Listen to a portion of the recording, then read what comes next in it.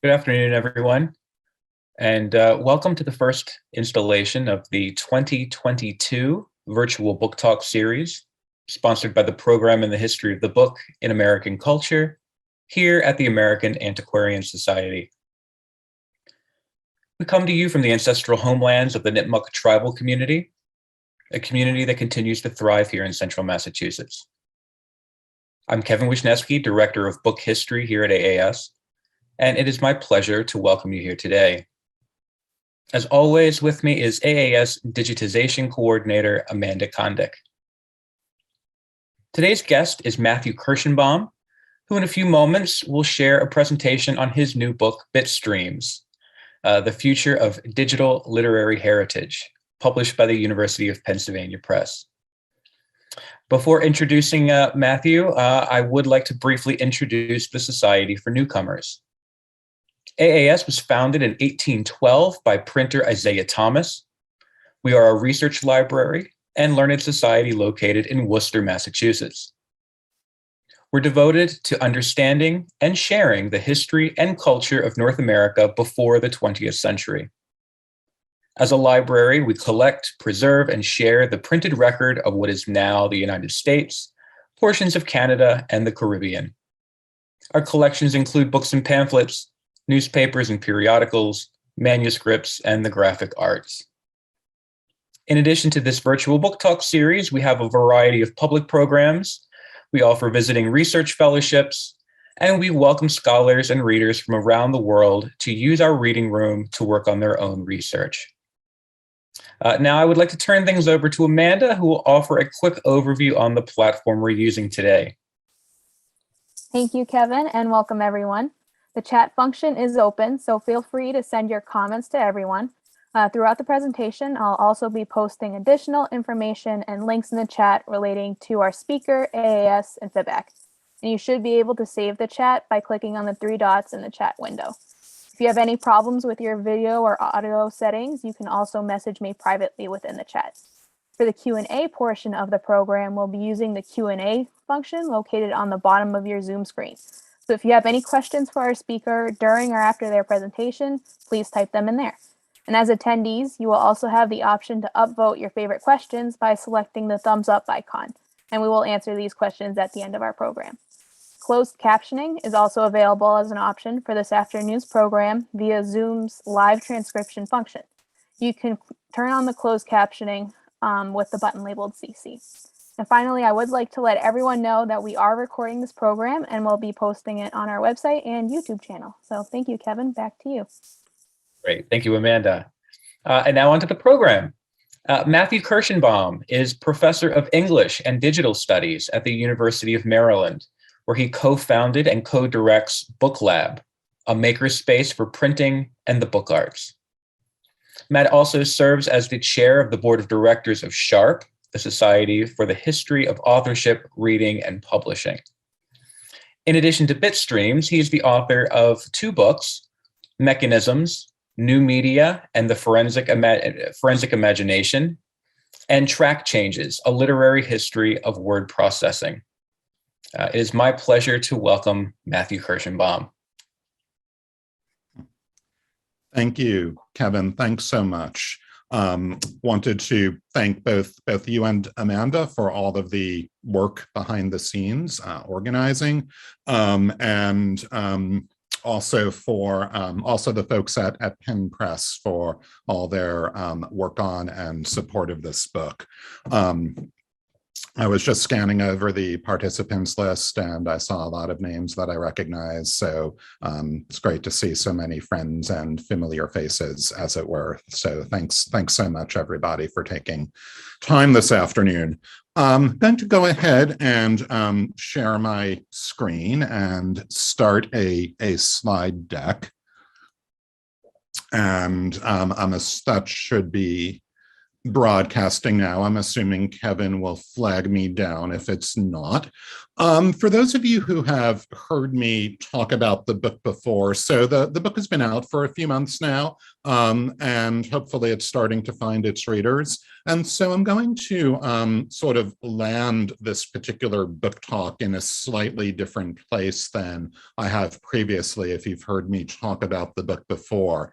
And I'm going to come back to both the title, The Postulate of Normality in Exceptional Times, as well as the particular image that you see there in the backdrop. I'll be coming back to those towards the end of my remarks this afternoon. So as I mentioned, the book has been out for a few months now, starting to receive some reviews. Lisa Gittleman wrote something for Public Books the other week, for instance. This is Ryan Cordell's dog on Twitter, and so I'm also able to report that I'm told that the book chews well. So, so it's received that particular honorific. The title of the book, Bitstreams. So at a glance, this might seem an odd fit for the American Antiquarian Society.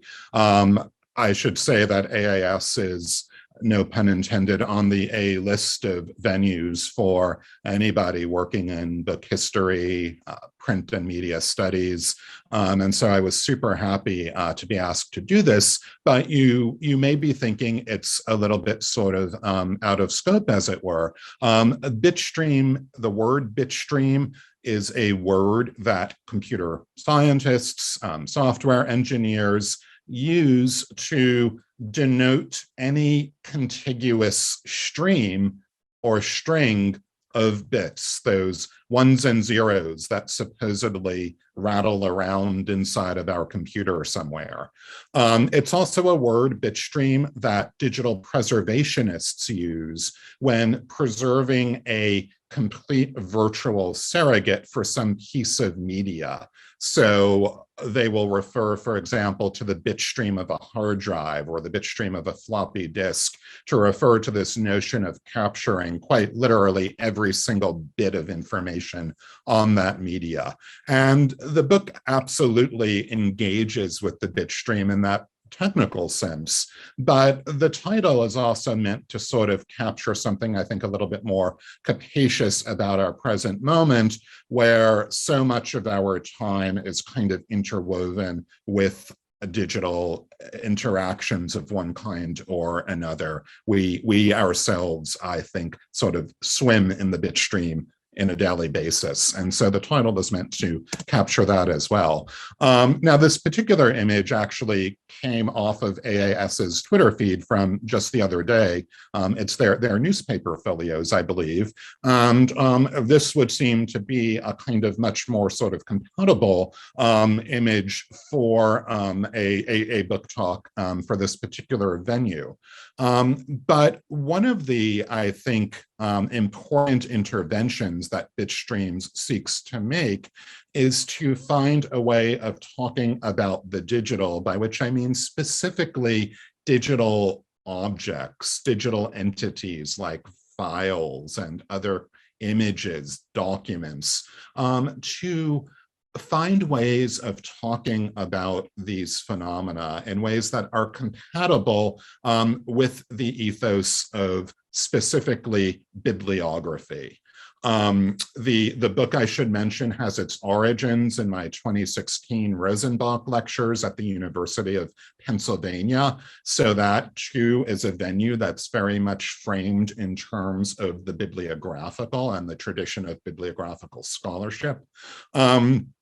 Now, I know for this audience, I don't have to explain that bibliography does not simply mean long lists of books, as I do for my students. But I wanted to start here. This is also one of the first images the book reproduces, and I'm sure people have seen this before. It's a very, it's often reproduced. It's a very well-known diagram from Claude Shannon's monograph, A Mathematical Theory of Communication, which is published in 1947. Shannon is typically regarded as one of the founding figures in cybernetics, as well as modern information theory. The key sort of intervention behind Shannon's work was the notion of decoupling the meaning of a message from its integrity. And this was an important sort of breakthrough from the standpoint of solving practical problems in engineering that were sort of underwriting the communication systems of the day. It's very much the same approach to information architecture, if you will, that underwrites the internet. So when you send an email message, the internet is very good at knowing whether or not that message arrives intact at its destination. It's not so good at reading the contents of the message, although there's a sense in which that's actually less true than it used to be, given what we now know about the activities of the National Security Agency and so forth, but that's a different digression. What I want to point out about this diagram, though, which has been so often reproduced, something I've never seen mention of in all of the different contexts in which I've encountered it, the box at the very center. It's the only box in the diagram that is unlabeled in Shannon's rendering of it here. That box is what he refers to in the text as, quote, the mere medium. And so this notion that information, however immaterial, still needed to be channeled, be routed through something so mundane as a mere medium, the so-called pipes and tubes, if you will, of the internet. It's in almost Derridian fashion fascinating to me that that is the one component of this diagram that is not labeled. So Bitstreams begins there with a kind of meditation on this very famous image and the absence of identification for that central box, which becomes a literal sort of black box, if you will, in Shannon's architecture. There are two sort of general points that the book seeks to make about what, by way of shorthand, we might refer to as the materiality of the digital. One is that, so that's a close-up of my thumb, and I'm using the paper clip to try to, you might notice that little dot on the door of the CD-ROM drive. One uses the paper clip to manually force the little doorway to open if the system isn't responsive. I also particularly love this image for the way that it captures the glow of the power cord and the way in which the power cord, as well as the keyboard of this laptop, are obviously they're frayed, they're distressed. The point that I'm trying to make is that where for Shannon the materiality of the mere medium was a kind of problem to be out-engineered, a kind of necessary concession to the fact that ultimately we do live in the fallen world of the material. For certainly, I think, for humanists, for bibliographers, but also for digital preservationists, this becomes our point of intervention. This is what allow all of the frailties and sort of precarities that are sort of captured in this image. These are also our points of entry into the preservation enterprise. They're what allow us to potentially recover the bits, the bit stream from the CD-ROM that would have once been inserted into this laptop or its hard drive or whatever the medium happens to be. We depend on these frailties and idiosyncrasies of the material, even as we have to sort of contend with them at a sort of technical level. So that's one point that the book tries to make. The other is that, and think back, for example, to the newspaper folio as I was showing a few moments ago, we're at a point now where computers, digital computers, are not so new anymore. certainly, yeah, that you can choose the timeline you favor. Some people believe that the ancient Greeks had computational devices, but even if we're thinking in terms of the modern digital computer as we know it, computers are about 60 years old at this point, and we can begin to historicize different eras, different epochs, if you will, of the digital, that in turn has implications for both the preservation and the bibliographical enterprise. What you are looking at here is a 1973 article from a journal called Datamation. And so in 1973, Datamation was already publishing articles on the problem of reading what it describes as, quote, very old magnetic tape in 1973. And so one of the sort of arguments that Bitstreams makes is that there is a kind of historical sweet spot, if you will, for bibliographers, for scholars. And that's roughly the period from about 1980 into the first decade of the 21st century. So what's significant about that span of years? Well, that generally coincides to the introduction of personal computers on the consumer market in the global north. And we have means at our disposal for recovering data for the majority of different storage devices, storage types that were in widespread use throughout the 1980s, the 1990s, into the 2000s. Floppy disks, CD-ROMs, hard drives, all of these are relatively soluble problems for professional archivists who have had experience recovering data from those media. Now, before that, when we are talking about the era of magnetic tape, that's, I think, a little bit more difficult.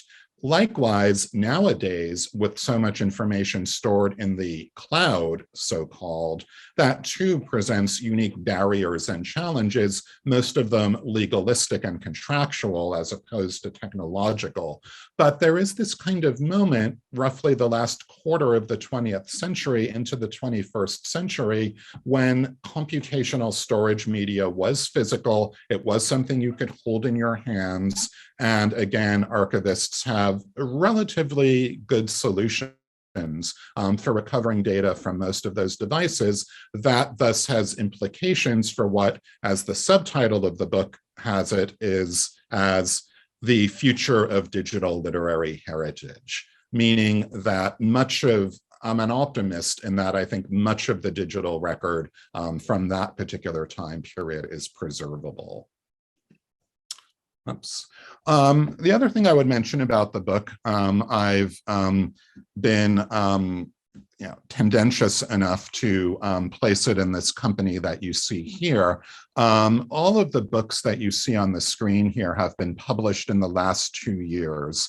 All of them operate as titles like bookishness or post-print will suggest. All of them operate at the print-digital interface. So I think we're kind of past the point where we think about print and digital as binaries. Rather, I think there's widespread sophistication around the understanding that these, in fact, are their ecologies, their spectrums. You can sort of choose different frameworks, but these are not, the print and the digital are not opposed binaries. There's constant sort of interaction back and forth. I know Jessica Pressman previously spoke here at AAS on her book, Bookishness. So this is sort of the intellectual company that I would at least, that Bitstreams aspires to. So I just provide that by way of context. To give you kind of a quick summary of the chapters, and then I'm going to read a little bit from the book, and then we'll open it up to discussion. The first chapter is entitled Archives Without Dust. And so it among other things, tells the story, if you will, of a research trip I took to the Firestone Library at Princeton University, where Toni Morrison's papers are kept. I went there specifically to look at these 4 floppy disks, which, as you can, I think, see from the labels, have files that were related to the composition and publishing history of Beloved.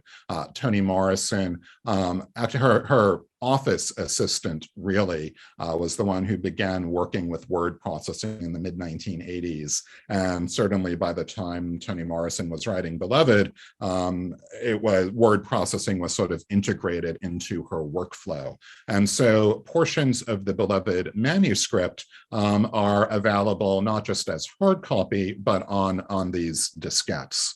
And when you go to Princeton to work with materials from the Toni Morrison papers, everything that you are given to look at is actually presented on screen. Toni Morrison had a terrible house fire in 1993, and much of her physical archive was badly damaged. You can see that here captured on the screen. And it's really, I have to say, it's really striking and affecting to see. It's deeply moving and meaningful, I think. But a reminder too, that we tend to associate print with permanence and the digital with precarity, but of course, printed or analog materials have their own forms of precarity.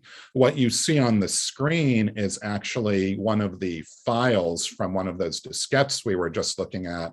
You'll notice there's a glitched portion in the center where the data recovery is imperfect. And so, of course, what we're looking at here, and again, what struck me as very sort of profound ways, are 2 different forms of textual trauma, both the physical damage from the fire, but then also what preservationists will sometimes refer to as bit rot. So the chapter sort of tells this story, and among other things is able to recover some alternate phrasings in the famous final page of Beloved. Anybody who has read the novel will remember the final, the very carefully orchestrated lines with which it ends. And the digital, as well as the physical manuscript record, sort of exposes how carefully Morrison was refining those final lines right up until the novel went to press. The second chapter of the book is called The Poetics of Macintosh. It's a sort of literary biography, if you will, of 2 poets who you see here, William Dickey and Kamau Brathwaite. They had very little in common with one another. To the best of my knowledge, they never met or corresponded. But they were very much contemporaries. They were born within 2 years of one another. And more to my purposes, they both began working with precisely the same model of Macintosh computer, the Mac SE, which you see there, at the same time in 1989. And it took their poetry and their poetics in sort of dramatically different directions. For William Dickey, he learned how to use a program called HyperCard. He produced 14 poems in HyperCard, which were never published in his lifetime. In the process of finishing this book, I was able to recover those bitstreams and, with the help of other people, make them available on the Internet Archive.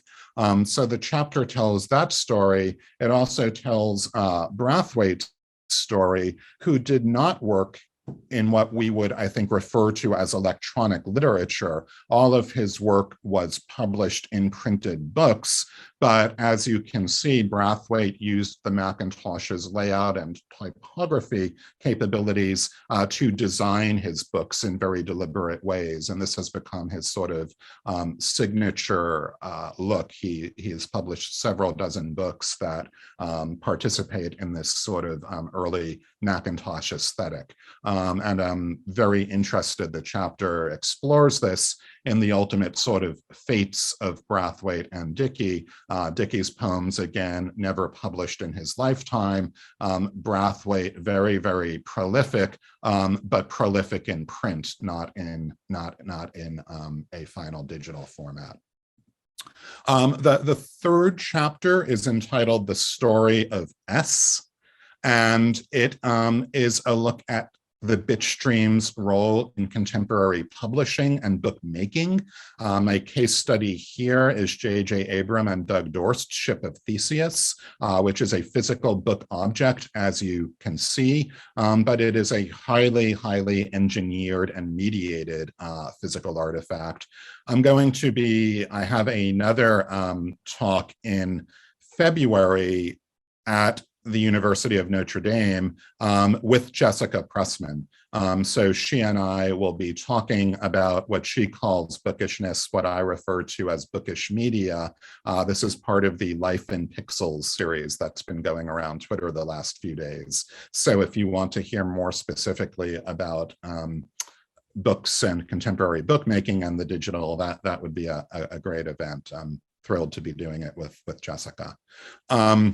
So that's kind of a rapid overview of the chapters in Bitstreams.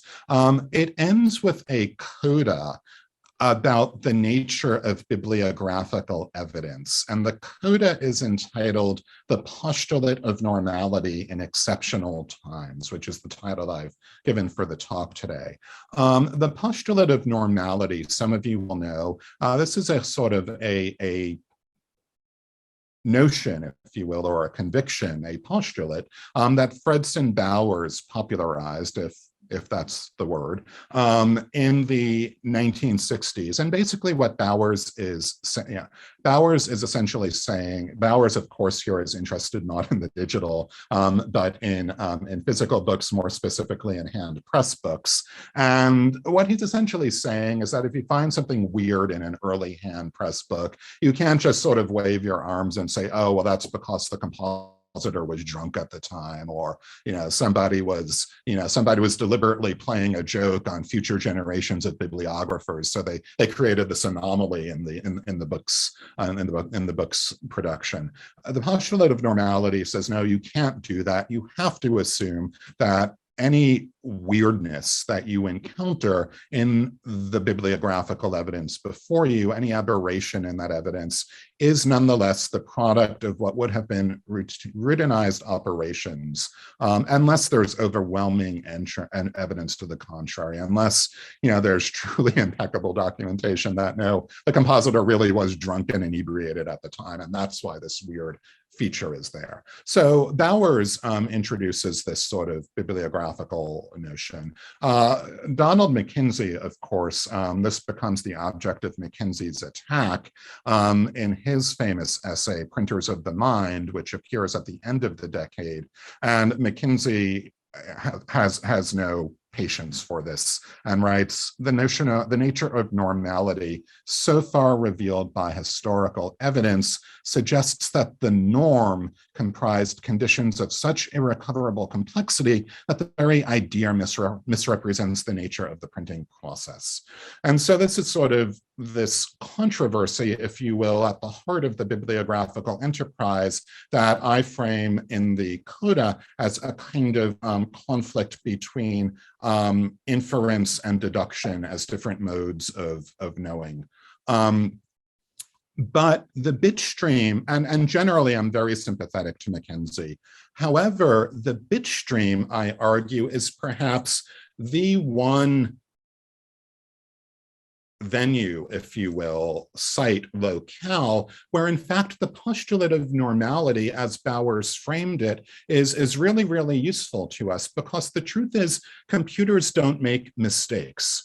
They often do unexpected things. They will crash, they're buggy, but usually those bugs and crashes and failures are in fact the product of the code executing to its logical conclusion, even if that wasn't its original intention. One of the famous exceptions to this, of course, some of you will remember in the mid-1990s, the bug in the hardware bug in the Pentium chip that I think something like 1 in 9 billion calculations was in fact mathematically wrong as a result of that particular bug. But this is unusual. Most quote unquote bugs are not actual hardware errors in computation, They're simply the code executing in unpredictable ways that ultimately leads sometimes to catastrophic failure.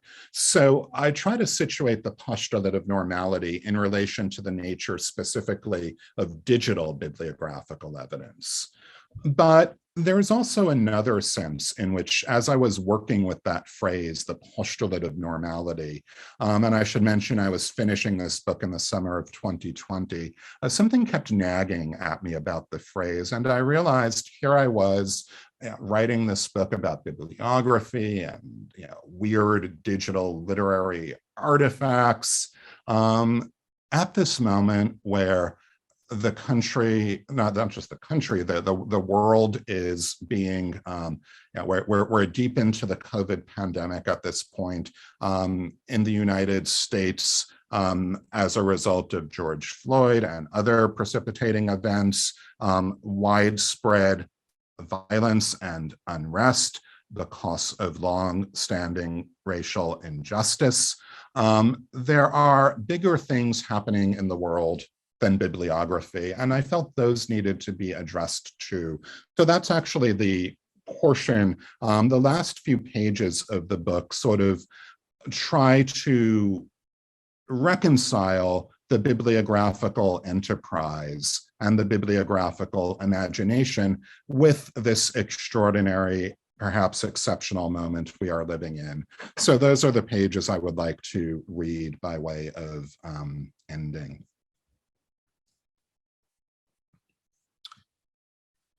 It is October 2017, and I'm back in Philadelphia a year and a half after the Rosenbach lectures, this time for the Rare Book School's Bibliography Among the Different Disciplines conference, where I've been asked to deliver some remarks as part of the panel at the closing plenary.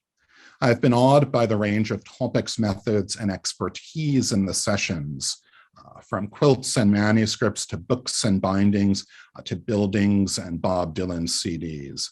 I'm sure some folks in the audience were at the Bibliography Among the Disciplines conference in Philadelphia in 2017. Many of the presenters are early career scholars. I catch myself thinking bibliography is as big as the world. But that is not the summation of the conference. There are also at capacity pop-up sessions on the intersect of social justice and, yes, bibliography. There are urgent undercurrents on Twitter. As the speaker before me at the plenary notes, the audience for the event is still too homogenous, and there's still too much anxiety over what is really real bibliography and who gets to lay claim to doing it. Meanwhile, all of us at the venue on Chestnut Street are struck by the disparity between our measured proceedings and the world beyond, still only a glimpse of what was to come as I write this now in the summer of 2020, which may or may not be the last summer of Donald Trump's America. And I deliberately didn't take an opportunity to revise that particular sentence in the copy editing. So when it was time for my closing remarks at the conference in 2017, I say, bibliography is as big as the world, but the world is bigger than bibliography. I add, anyone plugged into their social networks or the cable news back in their hotel room knows what I mean. 2017, the previous month, Hurricane Maria had torn across Puerto Rico, killing by official estimate nearly 3,000 people. An unknown number more would die from cruel and calculated neglect in the months that followed. In California, wildfires were burning, the most destructive the state had ever seen. They would be until the next year's, which would be even worse, and 2020, which has proved worst of all. These same fires furnished the cultural heritage community with the incredible image of the Getty Center complex silhouetted against hillsides glowing orange from the approaching inferno. And then there was the surreal trauma of Las Vegas's Mandalay Bay mass shooting just 2 weeks prior, punctuating the everyday reality of gun violence in America, even as, quote, law and order exacted its ongoing and implacable and disproportionate toll. George Floyd, Breonna Taylor, and Elijah McClain were all still alive in 2017, but Freddie Gray, Eric Garner, and Tamir Rice were already gone. And at a bus stop on my own campus the previous spring, a young Black man, Second Lieutenant Richard W. Collins III, newly commissioned in the United States Army and just days from graduating from nearby Bowie State University, which is an HBCU, with his bachelor's, had been murdered by a white University of Maryland student for refusing to step off of a sidewalk and into a gutter.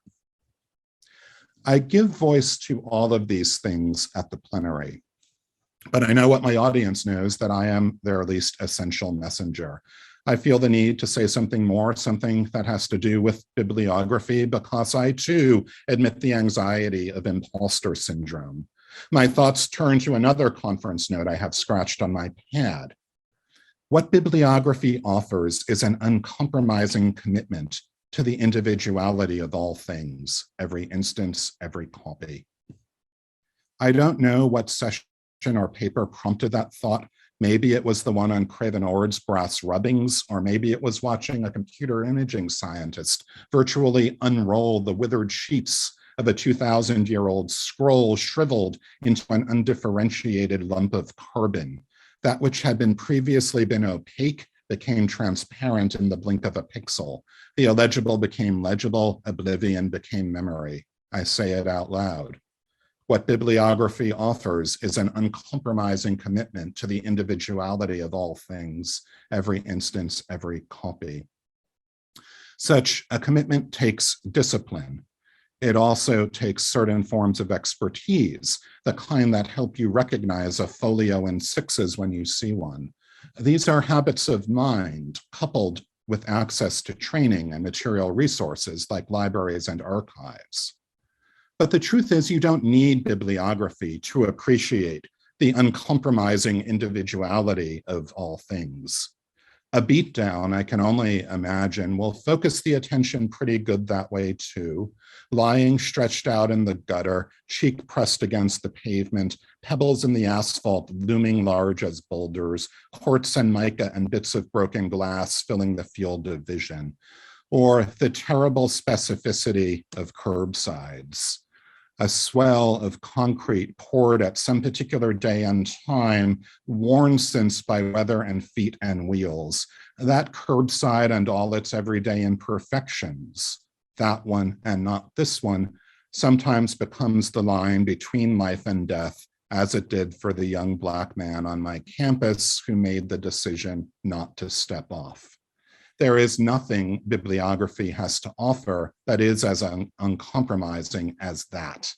It is a here of the ultimate consequence. Bibliography may be as big as the world, but the world is bigger than bibliography, even as one's world may one day contract to curbsides and pavement. What bibliography can offer is a practice, a committal, an ethos, not only to recognize individuality amid extremity, but to do so in a way that admits diachronicity into the aperture of our engagements. Diachronicity, history, and memory, even or especially conditional or conjectural memory and rememory, so that the present becomes a palimpsest. One could always start again with Mackenzie and his oft-repeated conviction that, quote, bibliography can, in short, show the human presence in any recorded text. But we must also, and especially, see and cite the work of a new generation of bibliographers and textual scholars who are remaking our imagination of what bibliography is and can be in light of the reality that the human itself has been a historically contested and repressive category. And here I quote Zora Neale Hurston, who is in turn quoted by Bridget Fielder and Jonathan Senshin in their introduction to their collection Against a Sharp White Background, Infrastructures of African American Print. The quotation, which many of you will anticipate, is, Senshin and Fiedler write, let's see, this work, this Ascension and Fiedler, this work has crafted itself alongside the backdrop of a predominantly white field that has necessitated the additional labor of working against existing structures of exclusion and erasure, while also producing the innovative creative work, conversations, and methodological practices of African American print culture, end quote. Jonathan Sension and Bridget Fielder. Black marks on a white page then, but also a poured concrete curbside, or the Formica lunch counter, the vinyl bus seat, or the barbed wire and the watchtowers. And the history of a campus that was built wholly in part by the labor of enslaved persons on land colonized from an indigenous people, the Piscataway Kanoi. At the University of Maryland historian Ira Berlin has noted, quote, "If slaves didn't lay the bricks, they made the bricks. If they didn't make the bricks, they drove the wagon that brought the bricks. If they didn't drive the wagon, they built the wagon wheels." This is a bibliographically minded statement.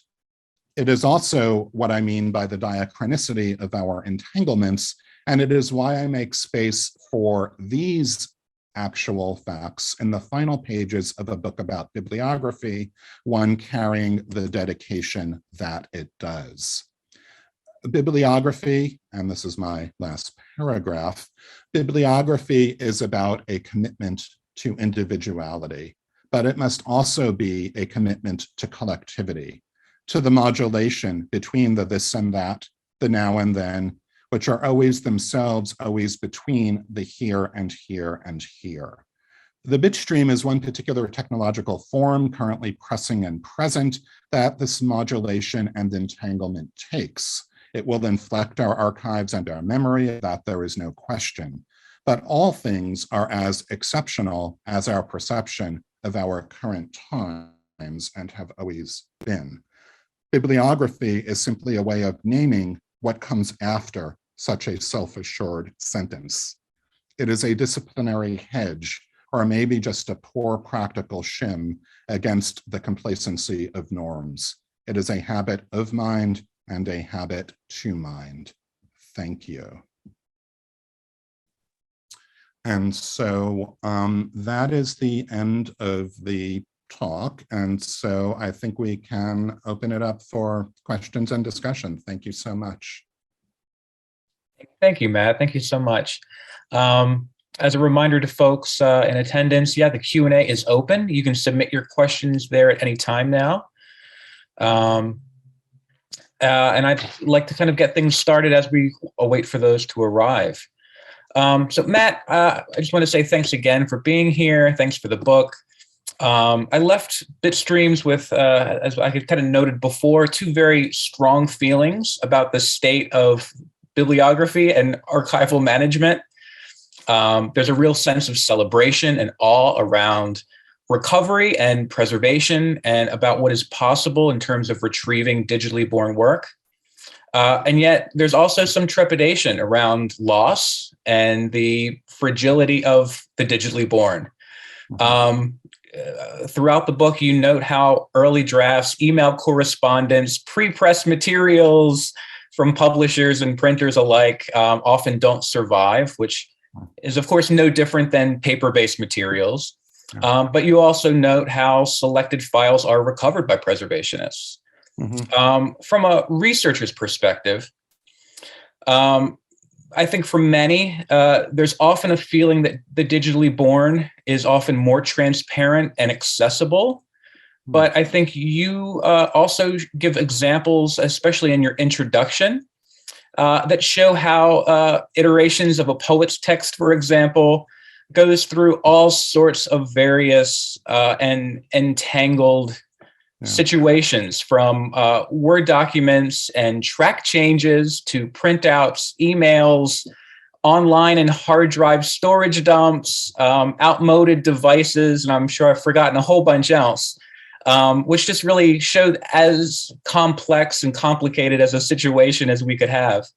My question kind of begins with the job of a bibliographer. In the 21st century, has that job become more complicated because of outmoded devices and the number of platforms and services and folks that we rely on, and how do we meet those challenges?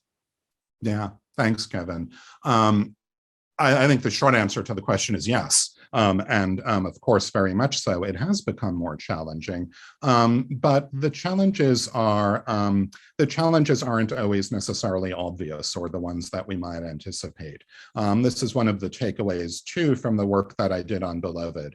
And so I had the experience of going to Princeton, needing, not that it's a particular hardship to go to Princeton, it's a nice place to visit, but needing to go there physically to work with digital materials that could, in theory, have been provided to me remotely. This, of course, was pre-pandemic. But going there and then sitting at a dedicated workstation in the reading room, where, as I mentioned, all of the collection's materials are provided to a researcher in digital form. So you either see very high resolution digital photographs, digital surrogates of the physical manuscript materials, or if you're somebody like me also interested in the born digital, you have access to those files. The irony is the only actual physical collection items I was able to handle in the course of my visit were those 4 floppy disks, which they were happy to bring out to me because I think they didn't regard them as sort of primary collections materials now that the data had been scraped off of them. And so there was nonetheless, even though there I sat at the workstation, everything is digital, everything is that, that bit stream of ones and zeros, the materials themselves were still irreconcilable with one another. They were not homogeneous, by which I mean, in order to sort of reconstruct the composition of that final page of the novel, I still had to manually read the high resolution digital facsimiles. I still had to manually read the contents of those legacy word processing files and compare them to one another. I had to essentially optically collate them, just as I would for traditional printed materials, because despite the underlying homogeneity of the bit stream, the ones and the zeros, there is in fact no practical interoperability between those different formats. Now, I think a lot of bibliographical work, if one is working on a figure like Toni Morrison, for whom personal computers were part of their sort of personal history and workflow, a lot of a bibliographer or a biographer or a scholar or a historian's job is going to be sort of negotiating between what the book describes as those twists and torques of the bit stream, where you have these notionally identical formats, ones and zeros, that are still practically incompatible with one another, and getting a feel for what is and isn't doable, what's sort of what's a function of obsolescence, what's a function of systems incompatibilities, right? All of those things are things that bibliographers are going to have to learn, a kind of sensitivity to the nuances of the bit stream that's not so dissimilar from the kinds of sensitivities that we're obviously trained to cultivate with earlier kinds of materials.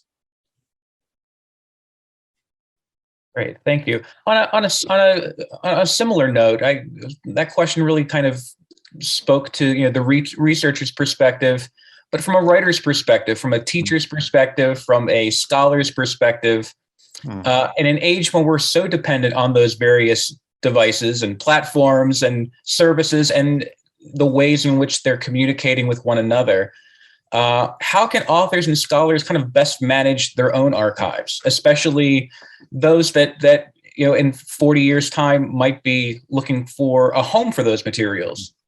Yeah, I think, again, the short answer is with mindfulness and intentionality. In other words, it's something that one should think self-consciously about if that kind of sort of future legacy, that future heritage is important to an individual.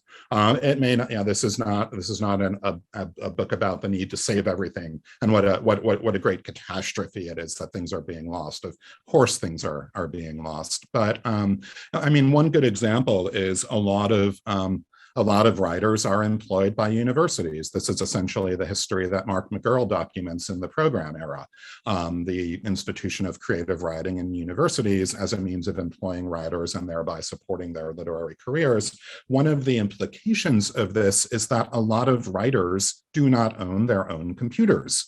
They belong to the institution, and at least, if one is lucky enough to be at an institution that periodically replaces the computer every 2 or 3 or 5 years, whatever the institutional IT life cycle is, that machine, you have to return that machine and you're given a new one. The point, that's okay for me as a lowly English professor, but if somebody is a writer or a figure of consequence, that does raise the question of what happens to their born digital records. That's just one example of, the sometimes sort of unexpected considerations that arise.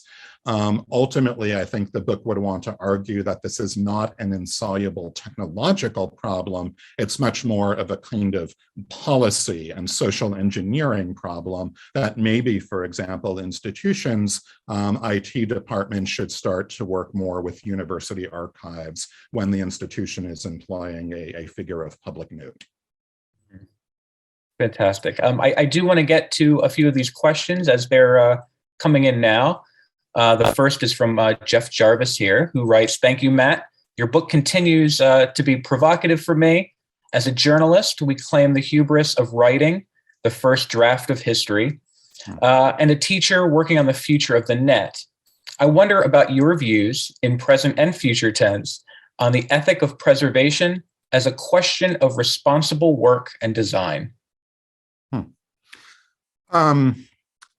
Let's see what I can do with that. I mean, I think I'm struck by maybe a kind of implied overlap in the question between the work of journalism and the work that a literary historian such as myself, given that I work on very recent figures, there may be some overlap there in the sense that the first draft of history and all that. But what I was struck by in doing the research for this book, even though folks like Toni Morrison, Kamau, Brathwaite, these are people who until very, very recently were alive, so much was nonetheless opaque and inaccessible to me. I had very particular questions, for example, about Kamau Brathwaite's Macintosh, the software that he was using, the fonts that he had installed, and there was no way to answer them because he himself, although he was still alive, he was not available to me. I certainly don't begrudge him that. I spoke to a number of his friends and confidants. They had no idea because they knew that Canal spent a lot of time at his computer, but that's as far, they didn't have any idea what the software was actually doing. And so even as somebody working on historical figures of the very, very recent past, there was so much that was inaccessible to me. I think, again, for those for whom it might matter, we can do a perhaps better job of deliberately sort of documenting the systems, the software that we're using as a kind of aid to future preservationists, historians, scholars. But the relative recentness of a lot of the figures with whom I was working was not necessarily any great asset in doing this work. We have a question from what I presume to be a librarian here.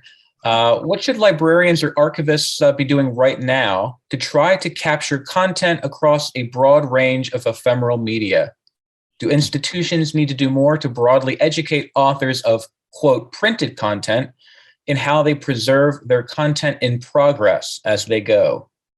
Yeah, I think, so again, I'm not an archivist. That's not my training. My sense from talking to archivists is that there's always a very fine line between, on the one hand, being sort of helpful and constructive, but not unduly influencing the originator either in their practices. I think what archivists and others can do, though, is ask the question, are there is there content on your hard drive, in your Google Drive, in your Twitter account? Is this meaningful to you? Is it something that you would want to see go forward as part of your legacy, as part of your papers?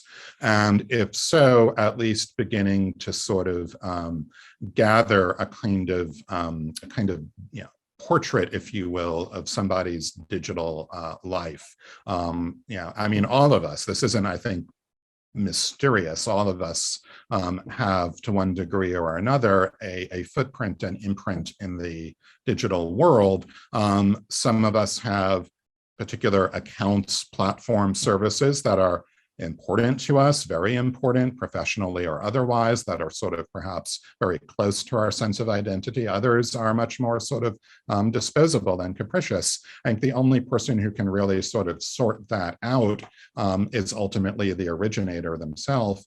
And so for an archivist to begin asking those questions, I think that's really the first step. We have a comment also in the Q&A that I'll read for response. Betty Ann Sharp writes, I'm always glad to see that items have been digitized so that they're preserved in a way and make available fragile materials to the masses. I fear that one thing that can be overlooked and missed are the marginalia that can be the most remarkable material in the source document. Mm-hmm. Yeah, I mean, that's certainly true. Much depends on how the book or whatever the object is digitized, how it's photographed. Is one capturing the object in its entirety? Is one cropping? Is one zooming?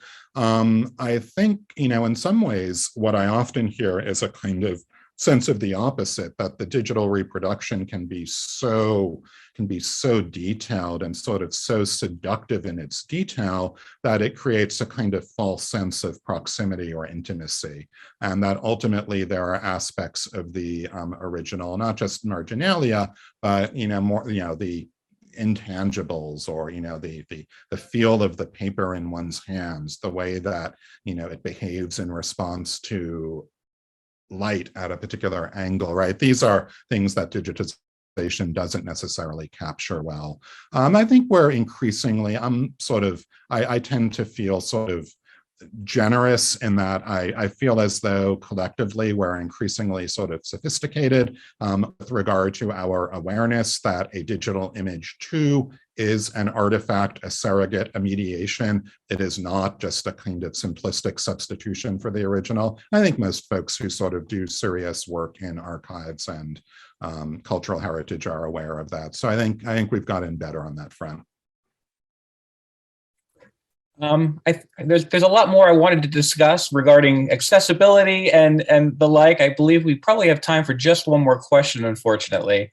So I kind of wanted to turn things over and take a moment to recognize the really excellent work that you and Carrie Krause are doing at the Book Lab at the University of Maryland. Mm-hmm. For those who are unaware of what the Book Lab is, I was wondering if you could first describe it for us.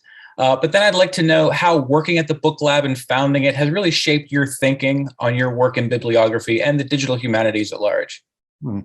Yeah, thanks for that. So in brief, Book Lab is a makerspace that is part of the English department here at the University of Maryland. It opened 4 years ago. We had a good 2-year run before the pandemic hit, and we're so happy to be back now with our doors physically open. We do letterpress printing, we do paper making, book binding, really everything related to the traditional book arts. The way that I sort of explain our kind of ethos there is that we try very much to be respectful towards traditional practices, but we are also very much interested in experimentation, in looking forward to different futures of the book.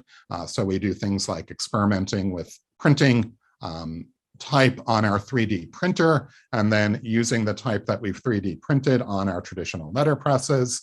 In terms of how Book Lab has sort of impacted me as a scholar, as a bibliographer, for one thing, it's made me at long last sort of get serious about learning the ins and outs of traditional bibliography. So in some ways, I sort of came at this from the opposite direction of a lot of folks interested in the digital first and then backing into bibliography. So this past summer, I took the Desk Bib course at Rare Book School. So that's some kind of battle scar, I suppose.